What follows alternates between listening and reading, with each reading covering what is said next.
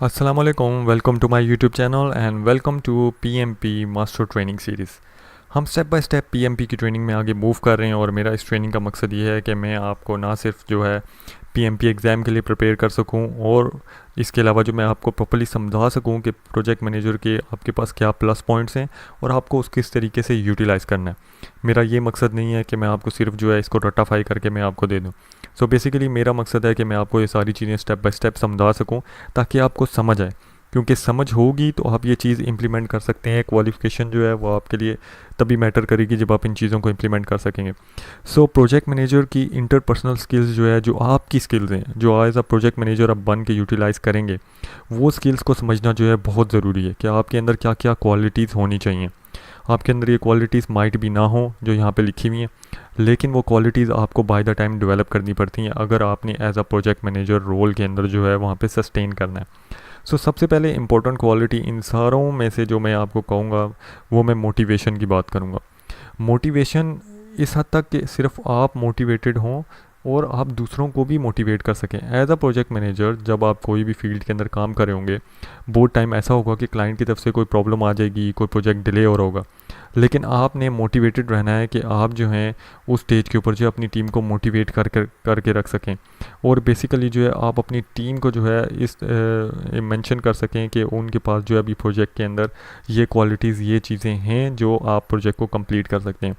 और इसके अलावा जो है मोटिवेशन के अंदर जो है आप अपनी टीम को जो है उसकी स्किल्स को जो है एनहेंस करें, उन्हें मोटिवेट करें, उन्हें सिखाएं ताकि वो प्रोजेक्ट मैनेजर की स्किल्स को सीख सकें। मुश्किल चीज़ को आसान बनाना ये प्रोजेक्ट मैनेजर का काम होता है। इसके अलावा एक बहुत ही इंपॉर्टेंट चीज़ इसके अंदर यह है कि आपके पास जो है सेकंड स्किल्स जिसमें इंपॉर्टेंट वो कम्युनिकेशन। चाहे आप जितना अच्छा प्रोजेक्ट मैनेजर हैं, लेकिन अगर आप कम्युनिकेट नहीं कर सकते, यानी वो अपनी टीम को वो चीज़ समझा नहीं सकते, उस प्रोजेक्ट के बारे में बता नहीं सकते, सो बेसिकली आपके जो स्किल्स हैं इट मीन्स कि उनको आपको एनहेंस करने की बहुत ज़्यादा ज़रूरत है। अगर आप फील्ड के अंदर जा रहे हैं, बहुत सारे लोग होते हैं जिनके पास जो है थ्योरेटिकल नॉलेज बहुत अच्छा होता है, प्रैक्टिकल नॉलेज बहुत अच्छा होता है, लेकिन वो उस चीज़ को कन्वे नहीं कर सकते। So as a project manager आपकी जो स्किल है कम्युनिकेशन की वो बहुत अच्छी होनी चाहिए।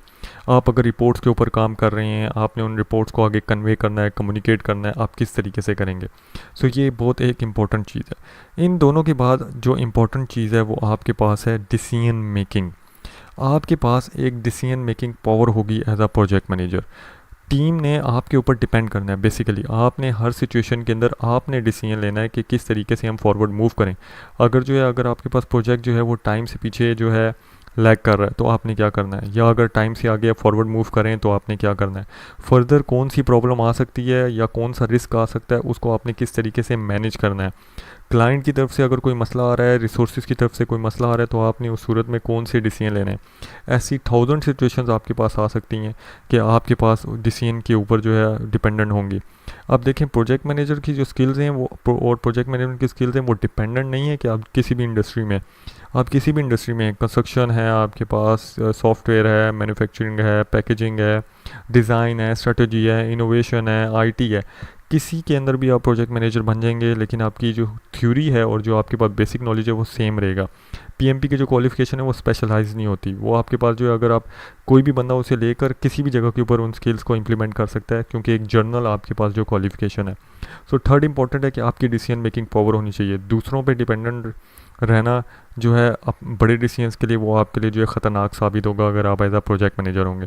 आपकी अपनी स्किल्स, प्रोजेक्ट मैनेजर की जो नॉलेज है उस थ्योरी को इस्तेमाल करते हुए, प्रैक्टिकल एक्सपीरियंस को इस्तेमाल करते हुए आपने उसको इम्प्लीमेंट करना है।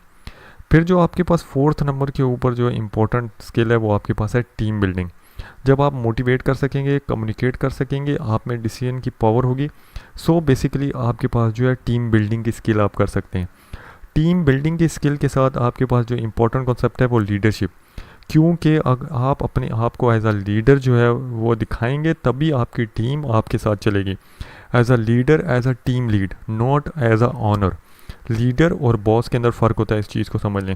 अगर आप एज अ प्रोजेक्ट मैनेजर जो है बॉस बन के चलेंगे तो आपकी टीम आपसे भाग जाएगी, आपकी टीम जो है आपके अगेंस्ट होगी और बहुत सारी चीज़ों में आपको मसले आएंगे।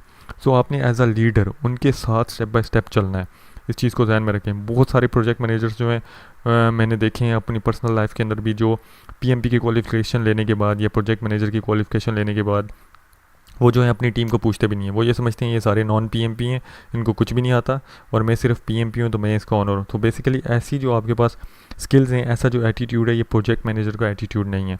और ये आपने खुद भी फील किया होगा, काफ़ी सारे लोगों के साथ आप फील्ड के अंदर आप काम कर रहे होंगे। सो बेसिकली जब आपके पास जो है टीम बिल्डिंग आप करना चाहेंगे तो लीडरशिप की क्वालिटी होना ज़रूरी है। टीम को यूनाइट रखना, टीम को मोटिवेट करना, टीम से कम्युनिकेट करना और डिसीजन मेकिंग पावर जो है यूटिलाइज़ करना अच्छे तरीके से, ये एक प्रोजेक्ट मैनेजर की इंटरपर्सनल स्किल्स में आता है। देन आपके पास फर्दर जो स्किल जो आपके पास रिक्वायर्ड होगी वो इन्फ्लुएंसिंग स्किल है।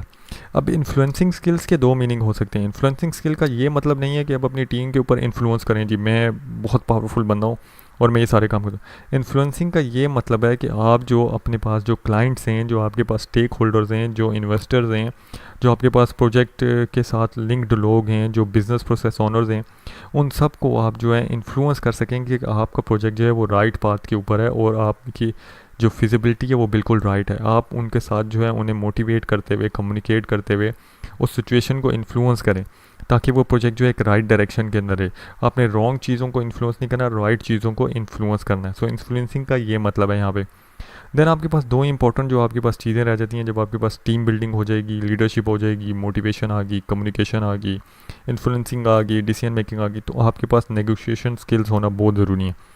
एज अ प्रोजेक्ट मैनेजर आपको बहुत सारी जगहों पे नेगोशिएट करना पड़ेगा, स्टेक होल्डर से, बिजनेस ओनर से, इन्वेस्टर से, प्रोजेक्ट स्केजूल पे, फिजिबिलिटी के ऊपर, स्कोप के ऊपर, रिसोर्सेज के ऊपर, रिस्क मैनेजमेंट के ऊपर, टाइम मैनेजमेंट के ऊपर।